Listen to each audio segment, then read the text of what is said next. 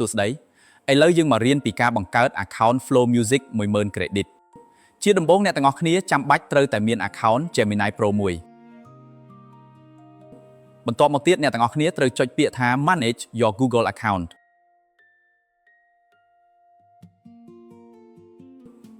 មកដល់ចំណុចនេះអ្នកទាំងអស់គ្នាត្រូវចុចពាក្យថា Start Sharing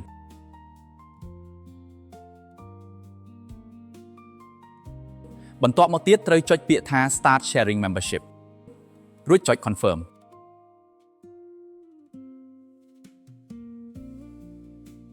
បន្ទាប់ពីធ្វើការបើក Start Sharing រួចហើយអ្នកទាំងអស់គ្នាអាច add សមាជិកចូលចំនួន5ឥឡូវខ្ញុំនឹងធ្វើការបន្ថែមសមាជិកចំនួន2ដើម្បីធ្វើជាឧទាហរណ៍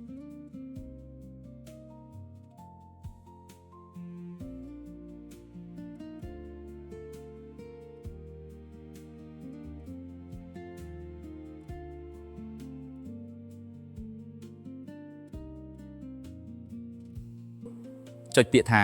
Understood បន្ទាប់មកអ្នកទាំងអស់គ្នាត្រូវចូលទៅឆែកនៅក្នុង Gmail និងឃើញ link មួយបានផ្ញើមកសូមចុចពាក្យថាទទួលយកការអញ្ជើញឥឡូវនេះ Gmail របស់អ្នកបានក្លាយជាសមាជិកនៃគម្រោង Gemini Pro រួចរាល់យើងអាចចូលទៅបន្ថែមសមាជិកថ្មីបន្ថែមតាមវិធីដដែលនេះ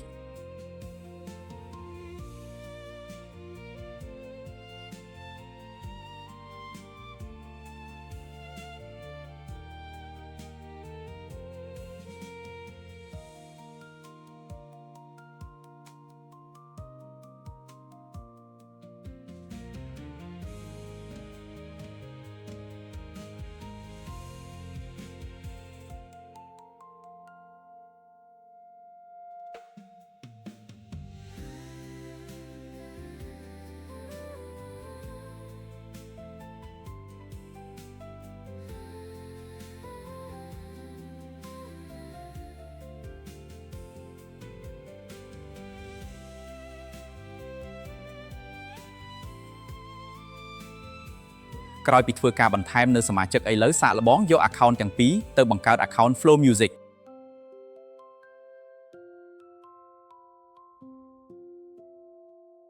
ជាដំបូងអ្នកទាំងអស់គ្នាត្រូវវាយពាក្យថា Flow Music រួចធ្វើការចុចទៅលើ website ដែលនៅលើគេ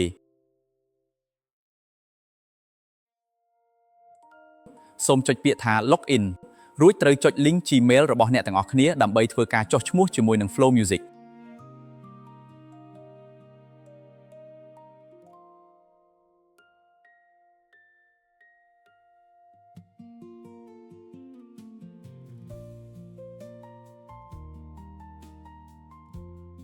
នៅពេលនេះអ្នកទាំងអស់គ្នានឹងបង្កើតបាន account Flow Music Plus ដោយស្វ័យប្រវត្តិដោយទទួលបាន 10000 credit អ្នកទាំងអស់គ្នាកុំភ្លេចចុច refresh ប្រសិនបើវានៅតែបង្ហាញថាជា account free ឃើញបែបនេះគឺអ្នកទាំងអស់គ្នាបានបង្កើត account Flow Music Plus បានជោគជ័យហើយឥឡូវយើងបន្តទៅធ្វើ account មួយទៀតតាមវិធីដដែល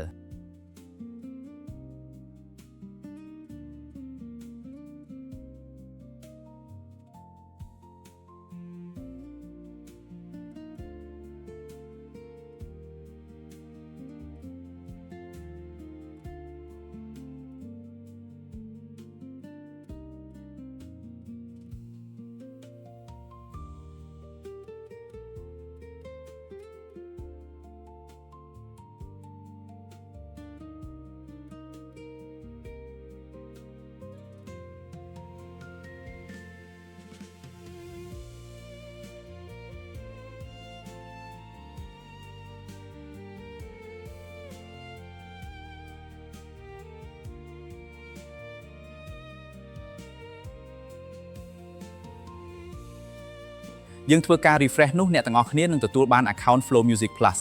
អ្នកទាំងអស់គ្នាបន្តធ្វើបែបនេះរហូតដល់បន្ថែមសមាជិកបានចំនួន5នោះអ្នកទាំងអស់គ្នានឹងទទួលបានសរុបចំនួន 50000 credit នៅពេលដែលប្រើអស់ 50000 credit នេះហើយយើងក៏ធ្វើការ remove សមាជិក account ចាស់ចេញរួចដាក់សមាជិកថ្មីជំនួសដើម្បីទទួលបាន 50000 credit បន្ថែមទៀត